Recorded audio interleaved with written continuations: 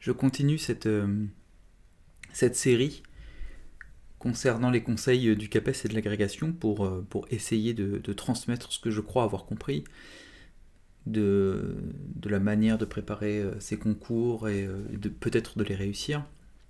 Avec un point qui, moi, personnellement, m'a beaucoup aidé à préciser et à aiguiser en quelque sorte ma méthodologie pour la réussite de la dissertation notamment et des leçons de philosophie à l'oral, sachant que je le savais dès le départ, les explications de texte étaient mon point faible, et ça me semble encore aujourd'hui être sans doute l'endroit finalement le plus difficile, et peut-être les épreuves les plus complexes, en tout cas quand on est dans ma situation initiale, parce qu'elles sont tributaires d'une culture philosophique de départ, donc un peu de l'aléatoire aussi des textes sur lesquels on va tomber, et puis peut-être aussi qu'elles supposent un certain esprit où je suis moins performant. Bref, dans tous les cas, dans mon travail de préparation, je m'axais principalement sur la préparation de la problématisation, comme je l'ai déjà dit dans des vidéos précédentes, considérant que dans tous les cas, ce travail sur la problématisation était finalement un travail qui, d'une manière ou d'une autre, pouvait aussi m'aider à m'en sortir dans des explications de texte, puisque dans le cas où je serais tombé sur des textes qui m'étaient étrangers, ou d'auteurs qui m'étaient inconnus ou mal connus, le travail de problématisation et la réflexion sur la manière de poser des problèmes en philosophie devrait me permettre de m'en sortir. Et c'est d'ailleurs ce qui s'est passé, car que ce soit le jour de l'épreuve écrite ou le jour de l'épreuve orale, je me suis retrouvé à chaque fois devant des textes et surtout des auteurs que je ne connaissais pas bien, voire pas du tout. Donc bon, et ça l'a fait quand même, donc je pense que c'est en partie grâce à cet aspect-là, ce travail problématique. Même si, pour ce qui est de la leçon, et peut-être que je ferai aussi une vidéo là-dessus, il y a d'autres aspects qui me semblent extrêmement importants pour pouvoir s'en sortir, même lorsqu'on est censé ne pas s'en sortir.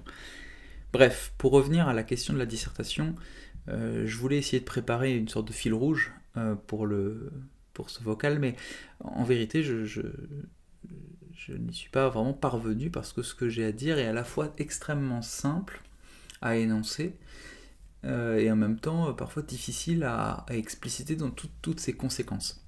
Bon, le point qui m'a toujours posé problème en dissertation, c'était, comme beaucoup, c'est comment finalement structurer un certain corpus de connaissances, un certain ensemble d'intuitions qui vont me venir sur le brouillon, par exemple, dans le travail initial, comment les structurer dans un ensemble qui va être à la fois cohérent, homogène, à vocation totalisante, si je puis parler comme ça, c'est-à-dire il faut que la dissertation, dans l'absolu, ne laisse pas de côté des aspects du problème, ce qui peut parfois être un défaut vraiment rédhibitoire et dans lequel on peut en même temps facilement tomber, ne voir qu'une partie du souci, avec cet effet couloir que les gens qui ont pratiqué la dissertation connaissent bien. Et donc, j'ai beaucoup réfléchi méthodologiquement, puisqu'il me semblait que l'axe sur lequel je pouvais faire la différence était sur la méthode. Et l'intuition à laquelle, l'hypothèse sur laquelle je me suis établi, et qui est encore aujourd'hui une idée à laquelle je crois beaucoup, même si elle est en gestation, c'est-à-dire que je dois encore peut-être construire et édifier de façon plus systématique, c'est cette idée qu'une dissertation fonctionne d'une certaine manière exactement comme une narration. Qu'une leçon ou qu'une dissertation, ce n'est pas un travail strictement, on va dire, théorique, dont le modèle serait par exemple une résolution mathématique, mais beaucoup plus, en tout cas c'est comme ça que je l'appréhende, un problème aussi narratif, c'est-à-dire comment inscrire justement un problème et une argumentation face à ce problème dans le cadre d'une narration. En fait, ce qui m'a permis de comprendre cet aspect-là et cette manière-là d'envisager la disserte, c'est le retour sur mon expérience de prof. Quand on se retrouve face à une classe de terminale qui ne sait la plupart du temps, dans sa globalité, jamais poser le problème qu'on va lui poser pendant des semaines, l'un des objectifs et l'une des dimensions qui nous permet, d'un point de vue pédagogique, d'amener des gens avec nous, de les amener avec nous pour qu'ils nous suivent, c'est précisément cet aspect de narration du problème. Et c'est souvent lui d'ailleurs qui fait défaut dans les cours qui ne fonctionnent pas. C'est rarement, en vérité, la difficulté du contenu transmis, mais plutôt la manière dont on narre cette difficulté. Et il me semble qu'en dissertation, c'est souvent le même problème. Alors qu'est-ce que ça veut dire de penser la dissertation comme une narration ? Ça veut dire que ce que l'on va exiger d'une narration dans la fiction, on doit pouvoir l'exiger aussi d'une méthodologie de dissertation. Je donne un exemple avec une analogie, une sorte de métaphore filée en quelque sorte, qui vaut ce qu'elle vaut, mais qui moi m'a aidé. L'une des difficultés lorsqu'on produit une fiction, on écrit une nouvelle, un roman, peu importe, c'est que le personnage que l'on travaille soit profond et cohérent. Il lui arrive des choses à ce personnage, il rencontre des problèmes, mais il faut qu'il ait une cohérence interne. Cette cohérence, elle suppose deux choses. S'il conserve la même attitude et le même caractère pendant toute notre nouvelle ou tout notre roman, il faut qu'on justifie cette sorte de fixité ou de cette stabilité. Et il faut qu'on la réexplicite à plusieurs moments. On ne peut pas simplement se contenter d'avoir fait une présentation du personnage au début, et puis de s'en contenter pour ensuite considérer que le lecteur se souviendra de cette définition initiale qu'on lui a donnée, de ce caractère initial qu'on lui a donné pour continuer à comprendre la nature et le sens de ses comportements. Dans l'autre sens, si notre personnage choisit d'agir contre ce qui semblait être au départ sa caractérisation, je ne sais pas si il fait preuve de courage alors que nous l'avions décrit comme un lâche, cette rupture, ce changement, n'est justifié pour le lecteur que dans la mesure où il y a une transition, un élément transitionnel qui permet de rendre compte de cette inversion, cette quasi-inversion de la définition du personnage. Et cette transition, elle doit être assez explicite pour que le lecteur n'ait pas l'impression qu'on triche avec son horizon d'attente, c'est-à-dire avec cet horizon de la lecture qui fait qu'on accepte les règles d'un système si elles sont cohérentes avec elles-mêmes et on accepte les changements des règles de ce système si ces changements sont justifiés. Bon, et bien pour moi, dans une dissertation, les concepts sont des personnages, ni plus ni moins. Ce que vous faites dans une introduction, c'est un incipit. Vous présentez, entre autres, pas seulement, des personnages. Et même, en fait, ce que vous présentez, c'est non seulement des personnages, mais les problèmes, les enjeux qui tournent autour de ces personnages. Parce que ce sont ces personnages, ils ont tel ou tel problème. De la même manière que lorsque vous traitez d'un personnage dans un roman, dans une fiction, une éthique que vous devez avoir lorsque vous écrivez votre dissertation, c'est de vous demander à chaque instant, quand ce personnage revient dans votre récit, donc lorsque ce concept revient dans votre argumentation, dans votre développement, vous devez vous demander à chaque fois, est-ce que le concept que j'emploie, je l'emploie de la même manière qu'au début.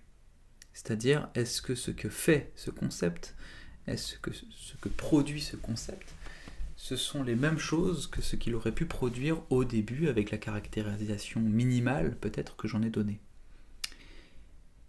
Cette éthique-là vous pousse à une grande clarté, parce que ça veut dire que vous devez à chaque fois réalimenter pour le lecteur de votre copie la machine à cohérence. Vous devez lui permettre de comprendre le lien substantiel qui lie la définition, par exemple, que vous avez donnée au départ, je ne sais pas, je dis n'importe quoi, de la vérité, et la manière dont vous utilisez ce concept 3 pages plus loin lorsque vous éclairez tel ou tel argument.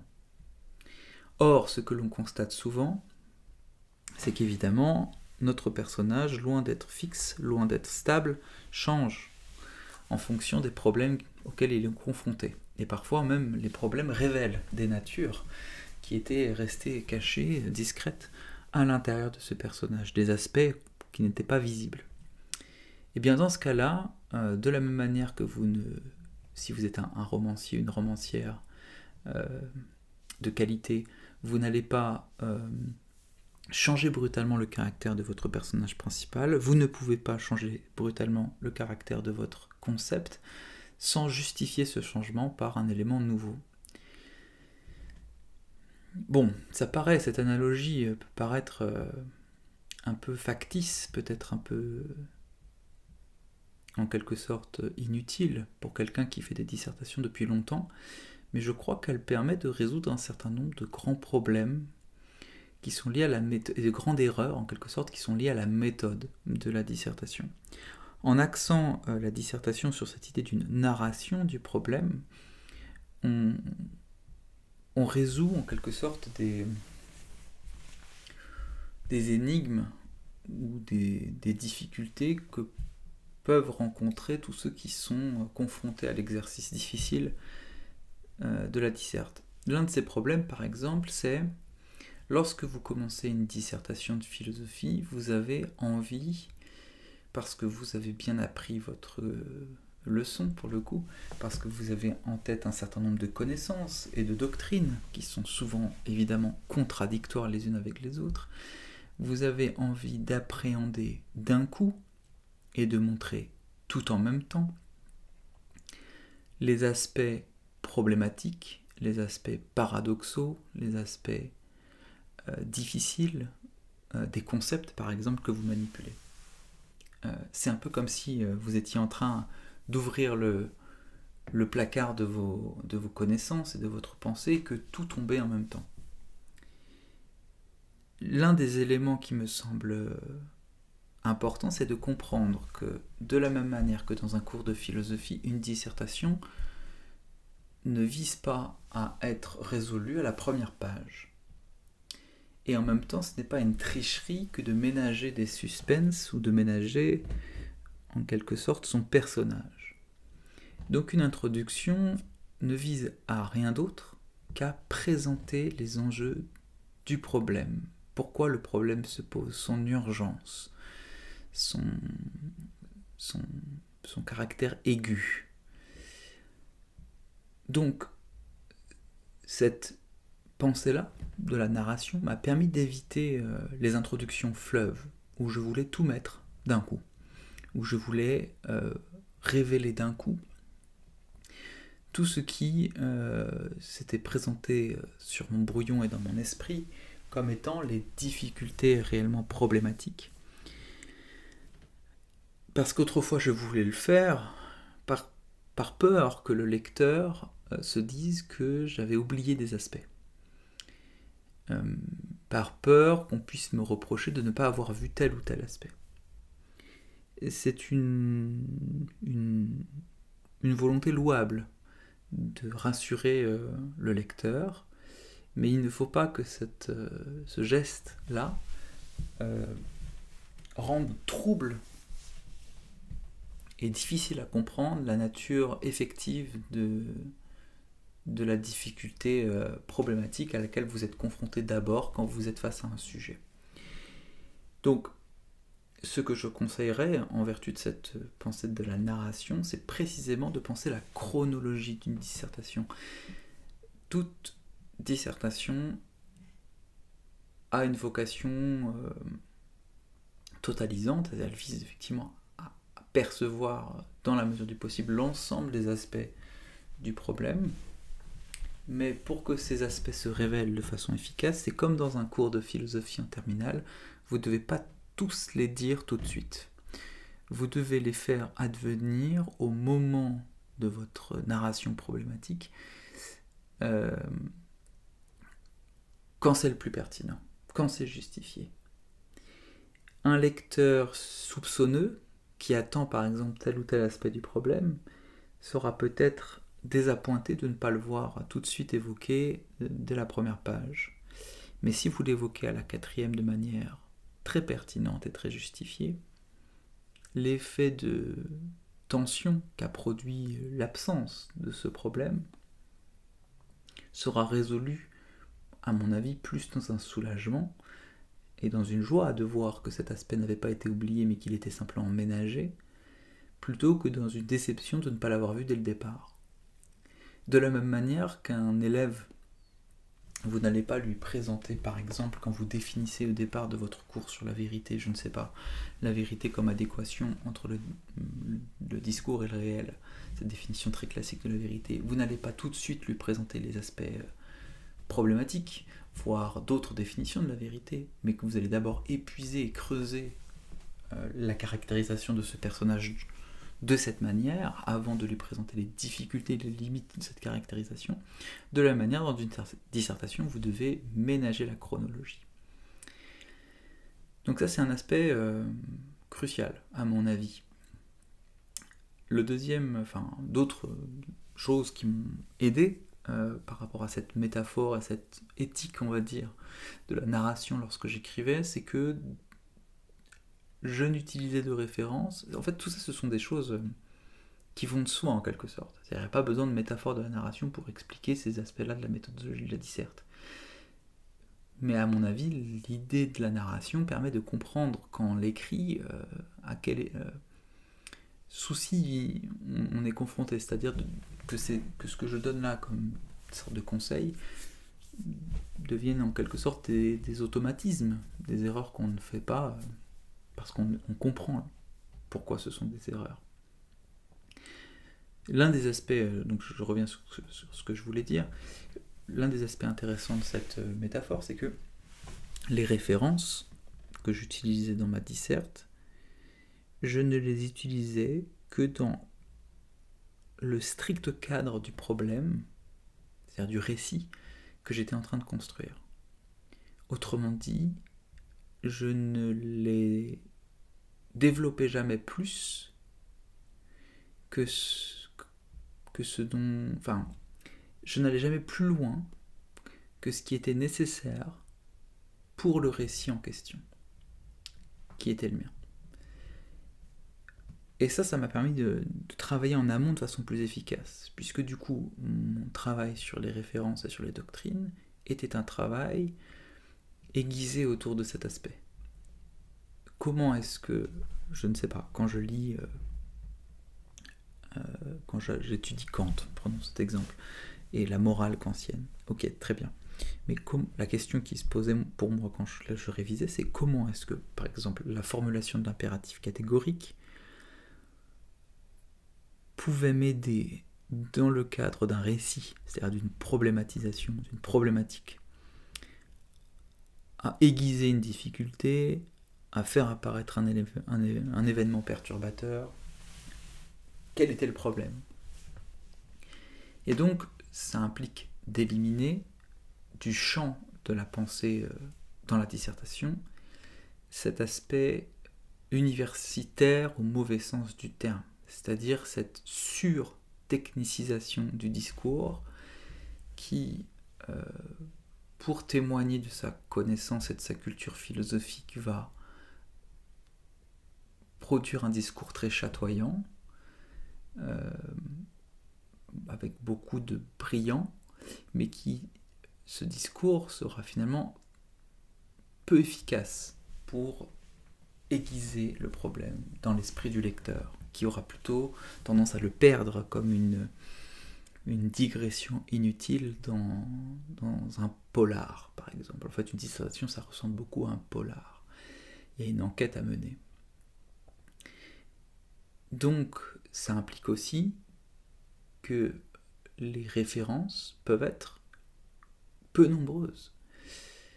Les références n'ont d'intérêt que dans la mesure où elles aiguisent l'enquête que je suis en train de mener, et donc il n'y a pas un nombre limite maximal ou minimal, il y a plutôt un nombre maximal, une sorte de maximum, mais pas de nombre minimum de références à utiliser. Évidemment que au CAPES, vous êtes attendu, au CAPES et à la grecque, on attend de nous une certaine culture. Mais si on pense à la dissertation comme une narration, en fait, on fait quelque chose qui est très important à faire, je crois, quand on écrit une disserte, et avoir à l'esprit lorsqu'on travaille la dissertation, c'est qu'on écrit pour un lecteur. Parfois, quand on fait une dissertation, on oublie que quelqu'un nous lit. Quelqu'un qui a corrigé tes copies, même une année, sait à quel point lire des copies est quelque chose d'extrêmement fastidieux et douloureux. Donc l'un des conseils méthodologiques les plus essentiels, à mon avis, à avoir à l'esprit, c'est que vous écrivez pour être lu. Et quelqu'un qui vous lit ne vous reprochera jamais d'avoir utilisé trop peu de références, dans la mesure où, indépendamment de cette quantité de références, vous avez réussi pendant le temps de votre écriture et donc le temps de sa lecture à faire vivre de façon aiguë le problème que vous vous étiez proposé de résoudre. Donc, les références n'ont d'intérêt que dans le sens où elles permettent de résoudre ou de tenter de résoudre une difficulté que vous avez présentée au départ. Alors quoi d'autre ? L'un des éléments essentiels à mon avis de la méthode de la dissertation, en tout cas que moi j'ai incorporé dans ma méthode, c'est les transitions. Les transitions sont des éléments extrêmement importants d'une dissertation et qui sont, à mon avis, dans ce que j'ai vu, parfois trop négligés. On perd de vue que la transition, c'est à la même fonction dans une dissertation que l'événement perturbateur dans un roman. L'élément perturbateur dans un roman, c'est ce qui permet de comprendre qu'un personnage qui a été caractérisé comme ceci pendant 30 pages, d'un coup se révèle comme cela. Si on enlève l'élément perturbateur qui renverse par exemple la psychologie d'un personnage, la cohérence générale du récit disparaît et s'écroule sur elle-même.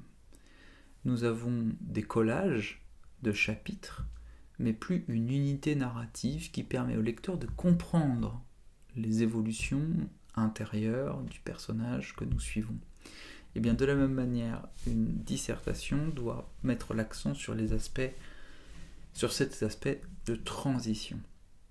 Alors ce sont des choses que les gens savent la plupart du temps, mais qu'ils n'exécutent pas toujours avec assez d'acuité et assez de profondeur. À mon avis, il est beaucoup plus intéressant de travailler en profondeur sa technique concernant l'écriture et la compréhension de la nature des transitions, par exemple entre parties d'une dissertation, que de lire un commentaire technique et ultra localisé sur tel ou tel aspect d'une doctrine d'un auteur. Qu'est-ce que ça veut dire pour moi ? Ça veut dire que, par exemple, la transition existe dans mes copies comme élément indépendant de la première partie, de la deuxième partie, de la troisième partie. Ce sont des paragraphes qui sont découpés du reste et qui permettent de faire deux choses, de faire le bilan de ce qui a été dit et expliquer pourquoi on continue à écrire. À vrai dire, c'est quelque chose qui me semblait un peu connu au niveau universitaire, on va dire, au niveau où quels sont ceux qui participent à ces concours, mais de fait, lorsque j'ai lu d'autres copies, etc., parlé avec des gens, ça n'était pas si évident, et donc si ça vous semble évident, peut-être que ça peut être intéressant de vous demander, ok, est-ce que mes copies ont une unité narrative d'une grande clarté ? Et pour ça, il y a, à mon avis aussi, une bonne manière de le savoir, c'est qu'une copie de philosophie doit idéalement être lisible de tout le monde. C'est-à-dire explicite. Le plus explicite possible. Si vous devez mentalement compléter par quelques phrases le passage d'une idée à une autre pour en rendre compte à, je sais pas, un élève qui serait à côté de vous pendant que vous êtes en train de travailler, et que ce complément-là n'est pas inscrit noir sur blanc sur votre copie, c'est que la transition est défaillante. Il ne faut pas que le lecteur ait à faire d'efforts. C'est pour le coup semblable à certains types de romans et de narration. Le but de la narration d'une dissertation, c'est que ça soit une narration la plus fluide possible. L'effort que vous demandez à votre lecteur n'est pas un effort lié à la compréhension, à la nature de votre écriture, de votre argumentation, c'est un effort lié à la pensée du problème lui-même. Par exemple, elle est semblable à l'inquiétude qu'aurait un lecteur de polar devant l'arrivée d'un meurtrier. Mais la compréhension de pourquoi ce meurtrier fait vraiment peur, ça ne doit pas relever de l'effort du lecteur. Donc, il faut que vous travailliez les transitions entre parties, et je dirais même les transitions entre idées internes à ces parties. Aucune transition ne doit être implicite. Donc si vous n'êtes pas capable, quand vous relisez votre brouillon par exemple, de dire en un instant pourquoi vous passez d'une idée à une autre, alors il manque quelque chose. Voilà, peut-être que je ferai une deuxième vidéo sur ma manière d'appréhender la méthode de la dissertation, parce qu'à mon avis j'ai encore peut-être d'autres trucs à dire, d'autres choses qui pourraient aider. Mais voilà, on peut déjà conserver ce principe. Imaginez la dissertation comme une narration et demandez-vous si votre dissertation n'avait pas pour nom dissertation mais nouvelle ou roman, comment est-ce que vous pourriez construire le narratif précisément général, comment est-ce que vous produiriez un plan. Si vous considérez les concepts comme des personnages, est-ce que dans vos copies, ces personnages ont des évolutions internes qui sont toujours claires et clarifiées pour votre lecteur? Est-ce que parfois ils ne changent pas de personnalité sans que personne ne se rende compte? Et troisième point, est-ce que les événements perturbateurs qui justifient que vous ayez édifié une narration comme celle que vous êtes en train d'édifier, avec des chapitres qui s'articulent les uns aux autres, est-ce que ces événements perturbateurs sont clairs, limpides, évidents et aigus pour votre lecteur? C'est-à-dire, est-ce qu'à la fin d'une première partie, par exemple, ou au début d'une deuxième, on comprend pourquoi on a continué à écrire? Voilà, et pourquoi on a envie de continuer à lire. Je pense que déjà, avoir ce prisme-là de lecture peut vous aider à corriger des défauts dans votre appréhension de la disserte ou de la leçon. Finalement, et je finirai peut-être là-dessus, ne pas oublier que les concours sont des concours d'enseignement et que même si ce n'est pas forcément la meilleure manière de le faire, les gens qui vous notent sont censés valider votre capacité à construire un cours. Et une dissertation, ce n'est rien de plus qu'un cours ramassé en quelques pages, c'est-à-dire la narration d'un problème devant un lecteur supposément naïf qui ne s'est jamais posé ce problème. Et il faut que vous réussissiez à faire que ce problème qui vous a été posé soit un problème pour lui, et qu'il en comprenne les aspects. Donc vous ne pouvez pas tout lui dire d'un coup, vous devez lui dire tout ça de manière chronologique. Vous devez faire advenir les éléments perturbateurs de ce problème les uns après les autres et pas tous en même temps. Et donc, le sens de ces événements problématiques dépend précisément de la manière dont vous construisez le fil rouge de votre devoir. Bref, je reviendrai là-dessus si vous avez des questions, des précisions à demander, ce qui ne m'étonnerait pas parce que je ne sais pas si j'étais parfaitement clair, n'hésitez pas à me poser des questions en commentaire. Et je vous laisse pour cette fois.